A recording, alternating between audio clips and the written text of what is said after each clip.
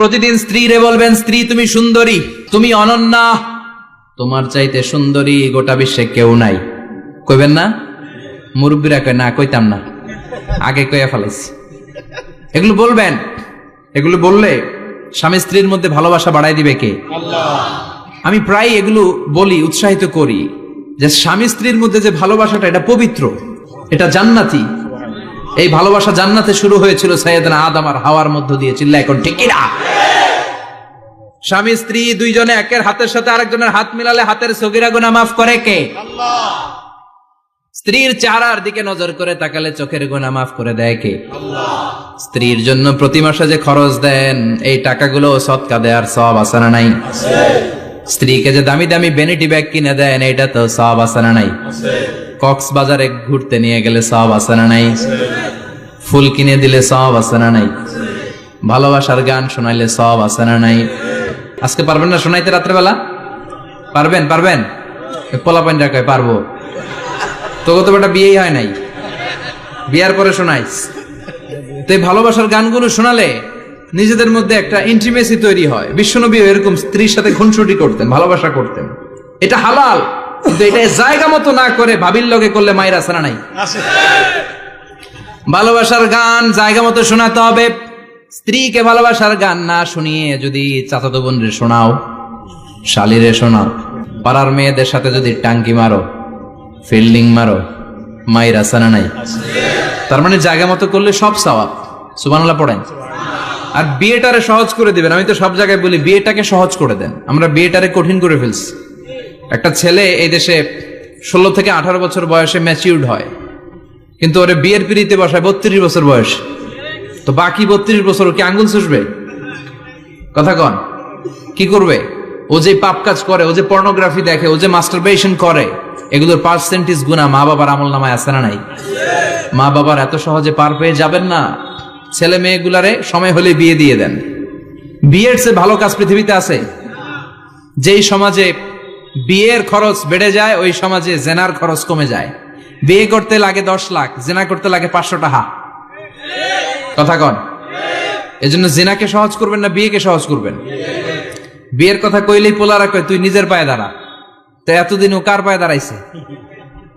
সহজ করবেন তো? আল্লাহ তুমি বোঝার তৌফিক দাও। আমিন।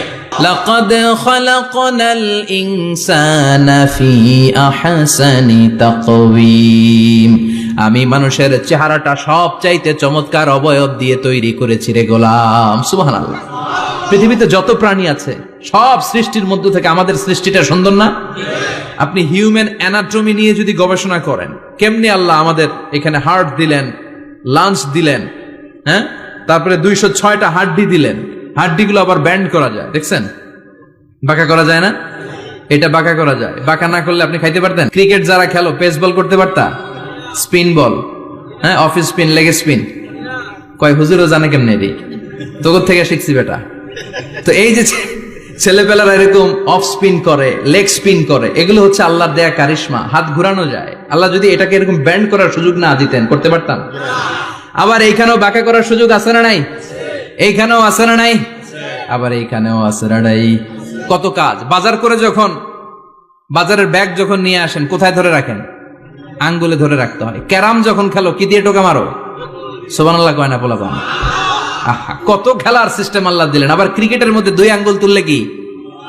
ওই যে সব মুখস্থ। আবার 1 আঙ্গুল তুললে কি?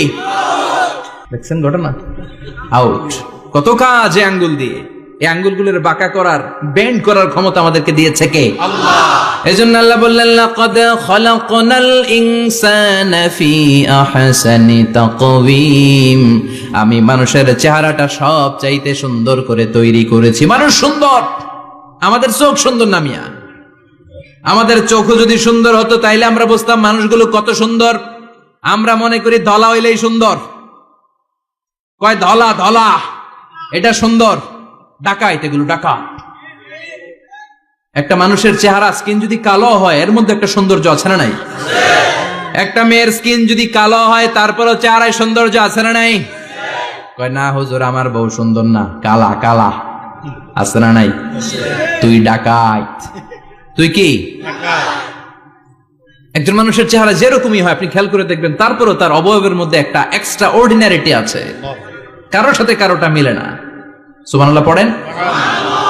এরপর আল্লাহ বললেন, আমি মানুষকে শুধু আশরাফুল মাখলুকাতি বানাই নাই, আমার খলিফাই বানাই নাই, মানুষের চেহারাটা শুধু আমি সুন্দর করে দেই নাই, গোটা বিশ্বের মধ্যে মানুষকে আমি সবচাইতে শক্তিশালী করেছি। সবচেয়ে শক্তিশালী কে? মানুষ। চিল্লায় বলেন শক্তিশালী কে? আল্লাহ যখন পৃথিবী বানালেন, মুসনাদে আহমদ ইবনে হাম্বলের বর্ণনা, পৃথিবী কাঁপাকাঁপি শুরু করলো, খালি কাঁপে খালি কাঁপে। পৃথিবীর কাঁপাকাঁপি বন্ধ করার জন্য আল্লাহ পৃথিবীর মধ্যে 7টা টেকটনিক প্লেট বসিয়ে দিলেন। 7টা পাহাড়, 7 tectonic plates creates the mountain range on earth. এই 7টা প্লেট পৃথিবীতে এই পাহাড়গুলো উঁচু নিচু টিলা টপ্পর তৈরি করেছে। পৃথিবীব্যাপী যত পাহাড় আছে এই টেকটনিক প্লেটের কারণে। ওয়াজআলনাল জিবালা আওতাদা, পৃথিবী কাঁপতে শুরু করলো সৃষ্টির পর। পৃথিবীর কাঁপাকাঁপি বন্ধ করে দেওয়ার জন্য আল্লাহ পৃথিবীর ভেতরে পাহাড় ঢুকিয়ে দিলেন। পাহাড় পেরেকের মতো গেড়ে দেওয়ার পরে পৃথিবীর কাঁপাকাঁপি বন্ধ হয়ে যায়। সুবহানাল্লাহ। ফেরেশতারা অবাক হয়ে বলে, মাবুদ, পৃথিবীর কাঁপাকাঁপি বন্ধ হলো কেমনে? আল্লাহ বললেন, ও ফেরেশতারা, পৃথিবীর মধ্যে আমি পাহাড়কে গেড়ে দিয়েছি। পাহাড় গেড়ে দেওয়ার কারণে পৃথিবীর কাঁপাকাঁপি বন্ধ হয়ে গেছে। ফেরেশতারা বললেন, তাই নাকি? পাহাড়ের এত বড় শক্তি। ইয়া রাব, হাল মিন খালকিকা আশাদ্দা মিনাল জিবাল, আপনার এই সৃষ্টিকুলের মধ্য থেকে পাহাড়ের চাইতে বেশি শক্তিশালী কিছু আছে নাকি? আল্লাহ বললেন, হ্যাঁ আছে। পাহাড়ের চাইতে শক্তিশালী হচ্ছে আল হাদিদ, মানে লোহা। পাহাড়ের চেয়ে শক্তিশালী কি?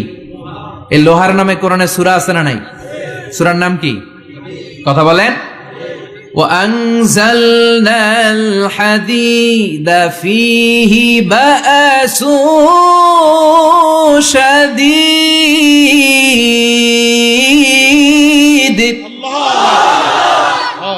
আমি আকাশ থেকে জমিনের মধ্যে হাদিদ মানে লোহা পাঠিয়েছি। লোহার মধ্যে আছে প্রচন্ড শক্তি। ওয়া মানাফিউ লিন-নাস, লোহার মধ্যে আছে মানুষের জন্য উপকার। পৃথিবীতে এমন কোন জিনিস নাই যে এই জায়গায় লোহা নাই, ঠিক কি না? বিমান বানাতে লোহার দরকার আছে না নাই? ঘড়ি বানাতে দরকার আছে না নাই? আংটি বানাতে দরকার আছে না নাই? গাড়ি বানাতে, বাড়ি বানাতে, সব বানাতে কি লাগে? লোহা। আল্লাহ বললেন লোহা সবচেয়ে শক্তিশালী। এটা পাহাড়ের চেয়ে শক্তিশালী, কারণ লোহা পাহাড়ের মধ্যেও ঢুকায় দেওয়া যায়, ঠিক কি না? ফেরেশতারা বললেন, আল্লাহ, হাল মিন খালকিকা আশাদ মিনাল হাদিদ, আপনার এই সৃষ্টিকুলের মধ্যে থেকে লোহার চাইতেও কি শক্তিশালী কিছু আছে? আল্লাহ বললেন, নাআম আছে। লোহার চাইতে শক্তিশালী হলো আন্নার, মানে আগুন। আগুনের স্পর্শ পেলে লোহা গলে যায়, ঠিক কিনা? আগুন জ্বালিয়ে দিলে লোহা অস্তিত্ব হারিয়ে ফেলে, লোহা গলে যায়। ফেরেশতারা বলল, আল্লাহ, হাল মিন খালকিকা আশাদ্দা মিনান নার, আপনার সৃষ্টির মধ্য থেকে আগুনের চাইতেও শক্তিশালী কিছু আছে নাকি? আল্লাহ কয় আছে। সেটা কি? কথা কন। আল্লাহ বললেন, আগুনের চেয়েও শক্তিশালী হলো পানি। আগুনের মধ্যে যদি পানি ঢেলে দেয়া হয় আগুন নিভে যায়, ঠিক কিনা?